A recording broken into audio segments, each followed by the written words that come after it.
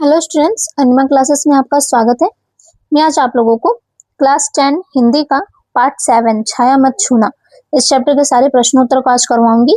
ठीक है, अगर आपको इस चैप्टर का लेक्चर वीडियो या फिर एमसीक्यू, पीवाईक्यूज, क्वेश्चन बैंक के क्वेश्चंस, ये सब अगर कुछ भी चाहिए तो आप अनिमा क्लासेस को ज्वाइन कीजिए, आपको हर एक वीडियो आसानी से मिल जाएगा। तो सबसे पहले आपको अनिमा क्लासेस को सब्सक्राइब करना होगा, क्योंकि जब तक सब्सक्राइब नहीं कीजिएगा तब तक आपको हर एक वीडियो आसानी से अवेलेबल नहीं हो पाएगा। आपका जो है एमसीक्यू, पीवाईक्यू और क्वेश्चन बैंक के जो क्वेश्चन है वो सब आपको ऑब्जेक्टिव और सब्जेक्टिव दोनों में ही दिया हुआ है, क्योंकि आपका क्या है कि क्लास 10th में ऑब्जेक्टिव और सब्जेक्टिव दोनों ही पैटर्न में आपका एग्जाम होगा। ठीक है, तो इसलिए ऑब्जेक्टिव और सब्जेक्टिव दोनों का ही आपको तैयारी करना होगा।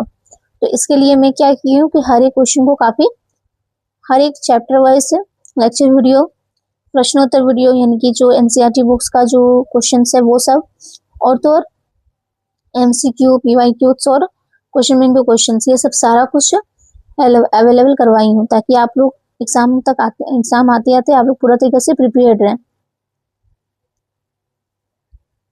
ठीक है, तो अनिमा क्लासेस इसकी फुल गारंटी लेता है कि आप लोगों का एग्जाम का जो प्रिपरेशन है वो पूरा अच्छे ढंग से हो सके, एकदम फुल गारंटी लेता है। तो जरूर से जरूर अनिमा क्लासेस को सब्सक्राइब कीजिए, ताकि आप लोगों का जो भी डाउट्स है वो पूरा तरीके से क्लियर हो सके।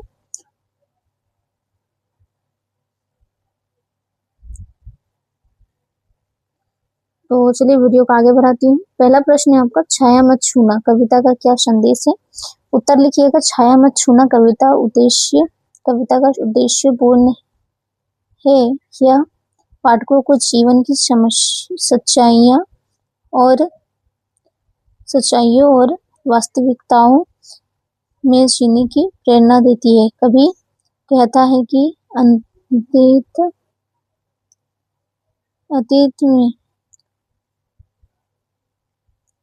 अतीत की मीठी यादें कितनी भी सुहावनी और मनभावनी हो, किंतु वो दुख देती है। इसलिए यादों में अपने व्यक्त को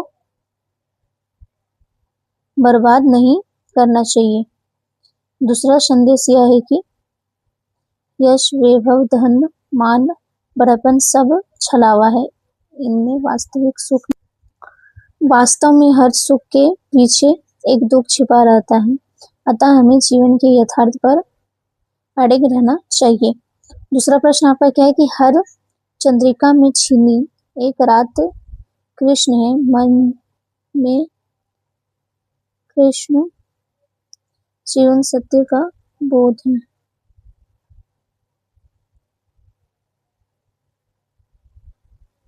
उत्तर लिखिएगा। हर पंक्ति का आशय यह है कि हर सुख में दुख छिपा रहता है, इसलिए हमें सुख दुख दोनों को स्वीकार करना चाहिए। हमें सुख पाने के लिए दुख झेलने को भी तैयार रहना चाहिए। तीसरा प्रश्न है कि इस कविता में सुधियों का वर्णन किस प्रकार किया गया है? उत्तर लिखिए। कवि के अनुसार सुधियां रंग बिरंगी और मनभावन होती है, उनमें ऐसे ऐसे मनमोहक दृश्य समाये हुए होते हैं कि चित्रों के साथ विभिन्न ग्रंथ भी महकने लगते हैं। जीते हुए क्षण जैसे सजीव हो उठते हैं कि वे वर्तमान जीवन का अंग प्रतीत होने लगते हैं। ये सचमुच जीवित क्षण बन जाते हैं। चौथा प्रश्न है, कवि जीवित क्षण को स्वीकार क्यों नहीं करता? उत्तर लिखिएगा। कवि के अनुसार हमारी पुरानी यादें ही तरोताजा होकर सामने जीवित क्षण समान सरकार हो उठती है, इसलिए वे जीवित क्षण अवास्तविक होते हैं, काल्पनिक, मानसिक और भावनात्मक होते हैं।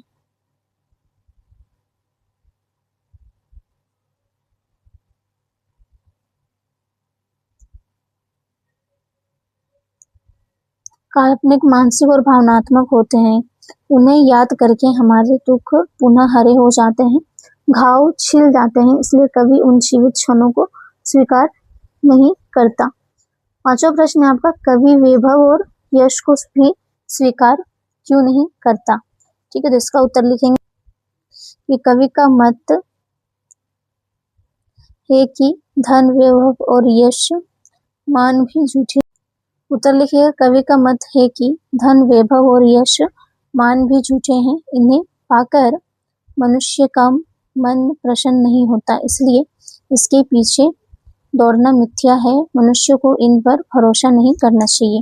ठीक है, छठा प्रश्न आपका है कि जितना ही दौड़ा तो उतना ही भरमाया का भावार्थ स्पष्ट करें। तो उत्तर लिखिएगा, इन पंक्ति में का भावार्थ है, मनुष्य यश, मान और सुख, वैभव के पीछे जितना दौड़ता है उतना भटकता है।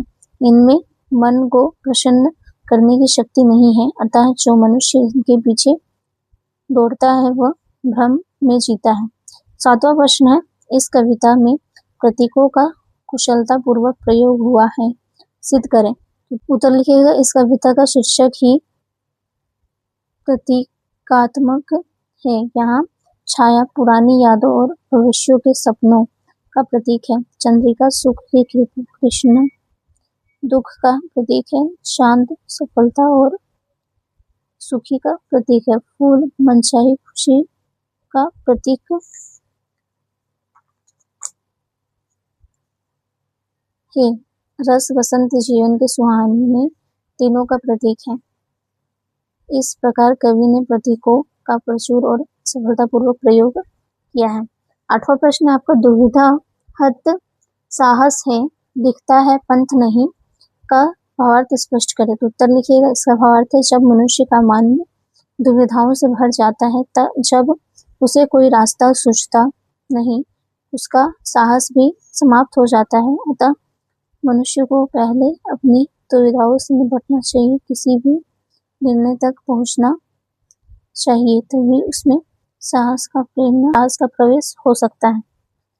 नौवां प्रश्न है आपका कि छाया मत छूना कविता में कवि ने कठिन यथार्थ के पूजन की बात क्यों कही है। उत्तर लिखिएगा, कवि ने कठिन यथार्थ के पूजन की बात इसलिए कही है क्योंकि यही सत्य है। मनुष्य को आखिरकार अपने वास्तविक सच का सामना करना पड़ता है, उसे अपनी परिस्थितियों में जीना पड़ता है। भले बुरी बात, यादें या भविष्य के सपने उसे दुखी ही करते हैं, किसी मंजिल पर नहीं ले जाते।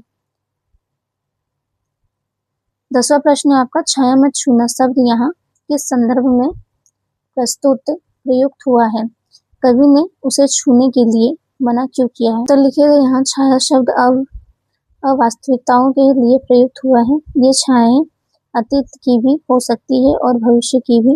ये छायाएं पुरानी मीठी यादों की भी हो सकती है और मीठे सपनों की भी। ठीक है, 12वां प्रश्न है, मृग तृष्णा किसे कहते हैं, कविता में इसका प्रयोग किस अर्थ में हुआ है। उत्तर लिखिएगा, गर्मी की चिलचिलाती धूप में दूर सड़क पर पानी की चमक दिखाई देती है, हम वहां जाकर देखते हैं तो कुछ नहीं होता। प्रकृति के इस भ्रामक रूप को मृग तृष्णा कहा जाता है।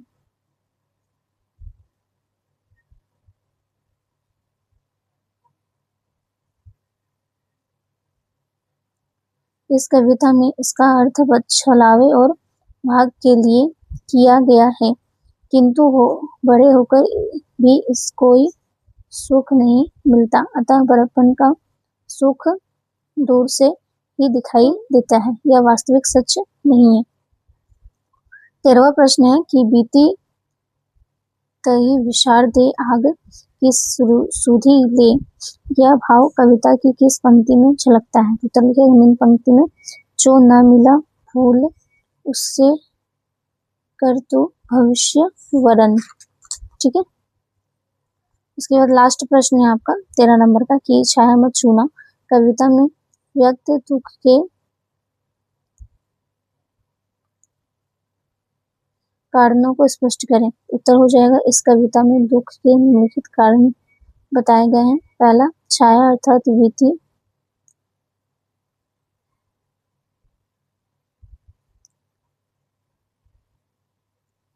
इस कविता उत्तर लिखिएगा, इस कविता में दुख के निम्नलिखित कारण बताए गए हैं। पहला, छाया अर्थात बीती हुई मीठी यादें, जिन्हें याद कर करके हम अपने वर्तमान को और अधिक दुखी कर देते हैं। दूसरा, छाया अर्थात भविष्य के सपने जिनके पूरा न होने पर हम दुखी होते हैं।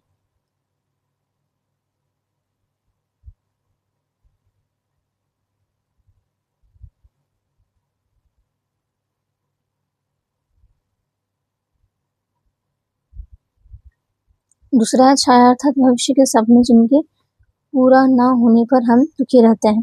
तीसरा, वर्तमान जीवन में उचित अवसर पर लाभ न मिलना, बसंत के समय फूलों का न खिलना या